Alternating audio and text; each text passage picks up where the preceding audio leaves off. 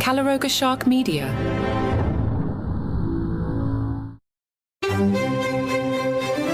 Hello and welcome to Palace Intrigue. I am your host, Mark Francis. Kate and the King had a heart-to-heart at Windsor Castle hours before she announced she had cancer. Charles travelled from London for a private lunch with his beloved daughter-in-law, Kate, on Thursday.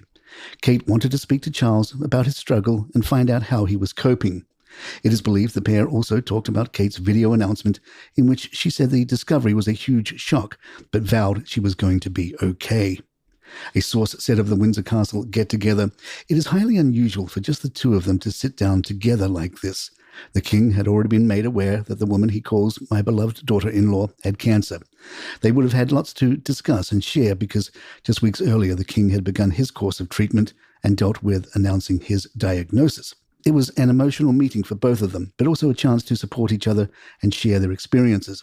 The King has been a rock for Kate during this difficult time, and she wanted to be there for him as well." Despite the challenging circumstances, there was a sense of closeness and understanding between them. They both know what the other is going through, and that shared experience has only strengthened their bond. In the Daily Mail, Richard Kay writes, "All those close to Prince William acknowledge he has never ducked a challenge nor failed to face adversity, as he so memorably demonstrated as a 15-year-old boy when the gaze of the world descended on him after the death of his mother, Princess Diana. But the health crisis affecting his wife is as great a trial as the loss of his mother, possibly greater. For William, the father, his first instincts will be for the welfare of his 3 children, with whom he and Kate have had to share the devastating news. For the simple fact is the absence of both the Princess of Wales and the King represents a supercharged shock to the royal system. Charles and Kate are, by some distance, the most charismatic members of the family, the King in his genial reliability, Kate in her beauty and compassion. Right now, these are unstable times for a royal family stripped of its star performers, and stability goes to its very core. But if history teaches us one thing about the monarchy, it is that it has a capacity to overcome the most testing of obstacles. It has survived revolution, civil war, and the darkest of threats." He adds that the royal lineup is now Camilla and a make-do-and-mend lineup of royal cousins and second cousins. Royal insider Deep Crown tells us, "It is quite extraordinary to witness the transformation of Queen Camilla's public image and her role within the royal family. To think that a mere 5 years ago, suggesting that the Duchess of Cornwall would become the steadfast pillar of support for the monarchy would have been met with utter disbelief and perhaps even a measure of scorn. Yet here we are, bearing witness to a remarkable evolution. Her Majesty has risen above the shadows of the past, demonstrating an unwavering commitment to her duties and to the well-being of the royal family. In the face of adversity, she has proven herself to be a source of strength, grace, and resilience." Also in the Daily Mail, Rebecca English writes, "I've been clear in my view that Kensington Palace were desperately naive in thinking one of the most famous, and let us not forget, much-loved women in the world, could disappear from public view for 3 months and people not talk about it. Do we have a right to know what's been wrong with the Princess of Wales? Absolutely not. But might it not have been prudent to consider a slightly more informative approach in order to fill the vacuum that is now inevitably overflowing with rumour, conspiracy and bile? The trouble is that approach doesn't come naturally to William, who, insiders fear, will become even more insular as a result of his wife's experience. And after events of recent days, you can honestly sympathise. It's also worth noting that while everyone hopes and prays for the King's successful recovery, and from what I hear currently his spirits are excellent, Charles' cancer diagnosis is a gnawing reminder for his son and heir of what is coming down the line, possibly faster than he ever feared. The Daily Mail's Russell Meyer writes, "Anyone watching her calmly delivered and monumental statement on her devastating diagnosis at the age of just 42 will be in awe of her bravery amid such a battle. For those who know her, or like me, who have witnessed her work up close over the years, it will come of no surprise that her first thought is for her family and others. Those who have suffered from this wretched disease or lived through the experience of family members confronting such news will identify with the overwhelming feeling of anguish, not for themselves, but for their loved ones as they deliver the news."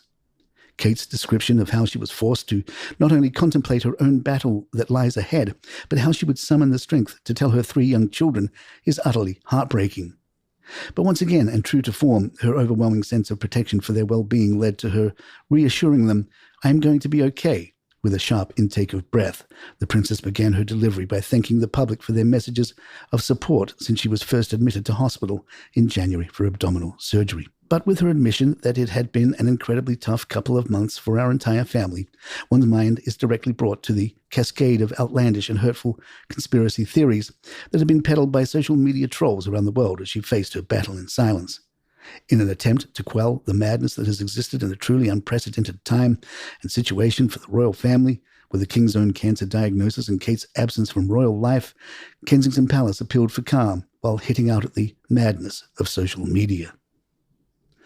The Mirror's Polly Hudson writes, "We never got the chance to give Diana what she asked for. Now it's almost like we're being given a second chance, a do-over, because lately we find ourselves in a very familiar place, the Princess of Wales, constant hysteria. And it's time to ask ourselves a very uncomfortable question. Have we learned nothing from Diana? Kate, the new Princess of Wales, has had an operation. She has only requested what any other person on the planet would like, time off work to be able to recover in privacy." In the Telegraph, Tim Stanley writes, "Am I building a case for republicanism in the pages of the Telegraph? No, I'm all for monarchy. I'm simply warning that you cannot have a royalty unless you treat them like royalty. That unless people show their officers some respect, unless we acknowledge the moral and religious purpose of this tradition, all we wind up with is celebrities who have not chosen to be celebrities, which is a very cruel state of affairs." Time has also proven the use of the word perfect to describe Kate to be sadly inaccurate. We now know that she's as fragile as the rest of us. If anything, it would have been better to call her supernormal. Britain embraced Kate when she married William because she embodied the humdrum, middle-of-the-road, middle-class values of sobriety and self-possession. What a change from Diana or Fergie. What a contrast to the bridezilla to come, also known as Meghan Markle. Kate has never gone off the rails, or if she has, because we all sometimes do, she has never banged on about it obsessively on television, displaying her traumas and anxieties like a flag of pride. Perhaps the princess's most revolutionary act in this age of oversharing has been to leave us in peace. I say we owe it to her to do the same. Palace Intrigue will be right back. Even anti-monarchist group Republic is being nice, issuing a statement, "We're very sorry to hear about Kate's cancer diagnosis and wish her a speedy recovery."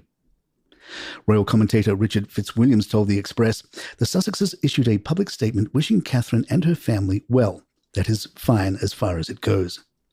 What will be of importance in the weeks and months to come is what happens privately. The rift between the brothers is deep, this we know." However, the princess was, throughout her deeply moving statement, as positive as she could be. There can be benefits even if they are difficult or impossible to comprehend at the time, coming out of the most painful and stressful situations. A Kensington Palace spokesperson said, "The Prince and Princess are both enormously touched by the kind messages from people here in the UK, across the Commonwealth and around the world in response to Her Royal Highness' message. They are extremely moved by the public's warmth and support and are grateful for the understanding of the request for privacy at this time." And there you have it. If you'd like to email us, our address is thepalaceintrigue@gmail.com. Please follow us on Spotify, Apple, or your app of choice. I'm Mark Francis. My thanks to John McDermott. This is Palace Intrigue. Good times.